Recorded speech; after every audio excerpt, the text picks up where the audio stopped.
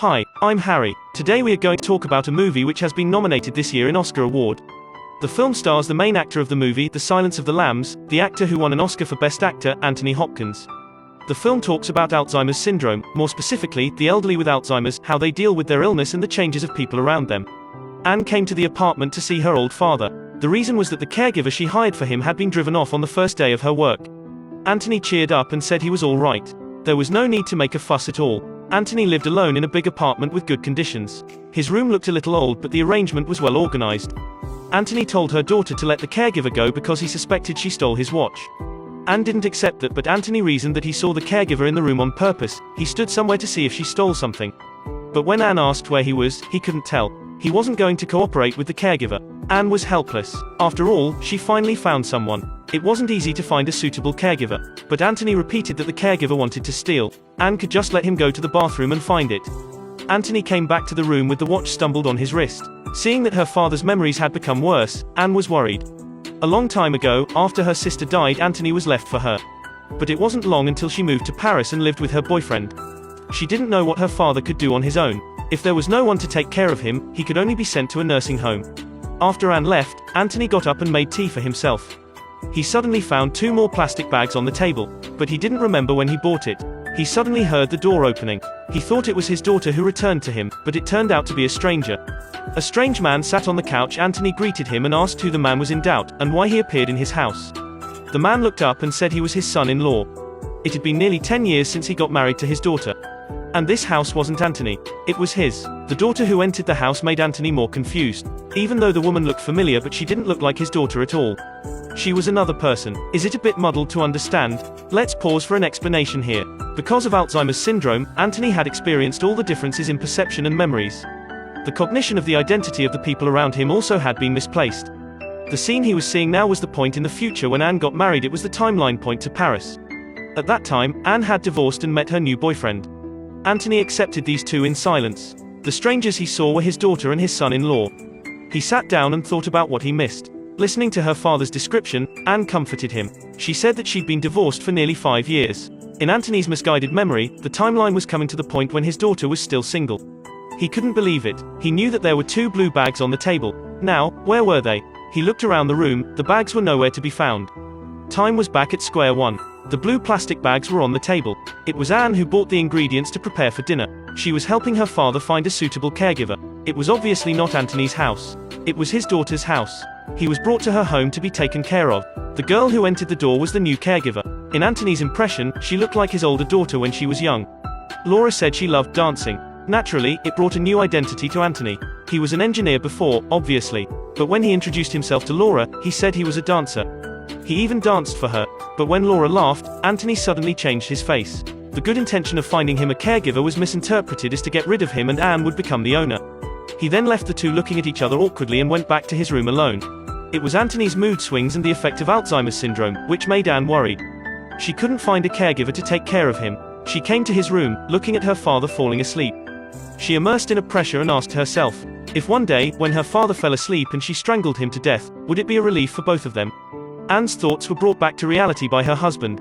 Though Laura didn't reach her expectations, she decided to have her come to work the next day just to see Anthony in a serious recession. He couldn't even recognize himself. Anne was depressed. Her husband was getting impatient. Anthony's memories were lost in 3 days or 2. It was driving them crazy. They could only see him like that. Perhaps, it was the reason why the couple separated themselves from each other.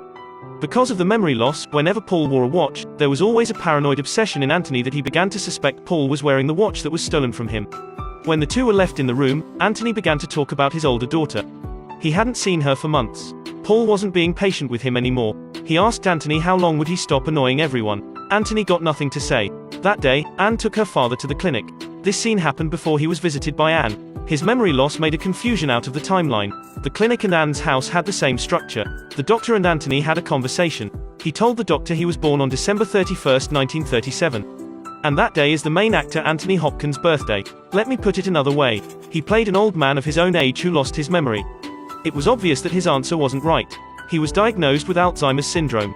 Anne wanted to keep it from her father, but their conversation was clearly heard by Anthony. That day, Anne came to the store to buy groceries. As a result, she received a call from her husband, telling her to go home immediately. Her father couldn't wear a sweater on his own. He was struggling. He heard Paul and Anne arguing. Do you want to send him to a nursing home? For all that, he still pretended to sit down and eat as if nothing had happened. But Paul didn't want to pretend that nothing happened. He wanted to have a word with Anthony. All these years, they took care of him, their relationship had gone low. It was obvious that there was a brick wall between them. The couple quarreled about Anthony again. Anne insisted that they took care of her father at home instead of sending him to a nursing home. That morning when Anthony woke up, the painting of his older daughter had gone. He turned and called for Anne, but he found Laura instead. Anthony had lost memories again. This scene happened in between. Laura took his morning medication, but he insisted against it. He didn't think he was old. Laura had to coax him like a child. It made him very embarrassed. At last, Anthony swallowed the medicine. He saw Paul standing behind Laura. When Laura left to give them space, Paul came up. To put it bluntly, Anthony ruined Anne's and his happy life. He slapped Anthony several times. Anthony cried helplessly. Anne ran from the kitchen when she heard his crying. Paul said dinner would be ready soon. Anthony was confused again. He asked Anne what time it was. It seemed that his memories were lost again. That was how the director did it. He was showing the audience what Alzheimer's syndrome did to the elderly. What happened this time finally led to the breakdown of Anne's marriage. At night, Anthony woke up from his sleep. He heard Anne calling his name. He went through the corridor and pushed open the door, but he had been in a hospital. The woman in the bed was seriously injured. It was his older daughter who died in an accident. This was Anthony's dream. When he got up, he wanted to open the door. There was only a locker behind it. It made him feel lost. Anne told him at breakfast the new caregiver would be here in a minute. In Anthony's memory, the girl looked like his older daughter, but it seemed that this person had changed in his mind. She looked like Anne instead. At some point, Alzheimer's syndrome could erode Anthony's memory, constantly putting the familiar face on a strange person he met. Anthony no longer distinguished what was wrong or right. This time, he saw a woman standing by the window. There was no caregiver to put up with his illness. Anne had to send him to a nursing home. The structure of the room was just like her house. There was only a window looking outside the garden, but there was a nurse standing by making him realize it wasn't her home. When he learned that Anne was going to leave for Paris, he was very sad. His Alzheimer's syndrome had become serious. Anthony realized there was nothing he could do about that. Anthony woke up thinking he was at home. Only the nurse who pushed in told him Anne had been here for months. She also showed him Anne's postcard from France. Now he suddenly realized in his lost memory, at one point, he mistook his daughter for a caregiver. The nurse said that when the daughter came to visit him, he and his daughter would go for a walk in the park. It was sad that Anthony couldn't remember all this. The doctor pushed open the door. In Anthony's memory loss, he mistook him as Paul. The memory of Paul flashed in his mind. With the aggravation of the disease, those who are most important to the elderly in their lives would have their faces imprinted in the patient's mind, making them confused. Anthony was going to forget his name. He cried like a child. He felt like a withered tree. The recollection of life was like the insight of fallen leaves. Finally, it came to nothing. The film is in the most intuitive way to show the insight view of an elderly with Alzheimer's syndrome. Everything in their eyes are confusing and illogical. It is the way they suffer. The film is also a call for people's care toward the elderly. Everyone will grow old in the end. Facing the last moment of life, I hope we can all remember that there are always people who care for us.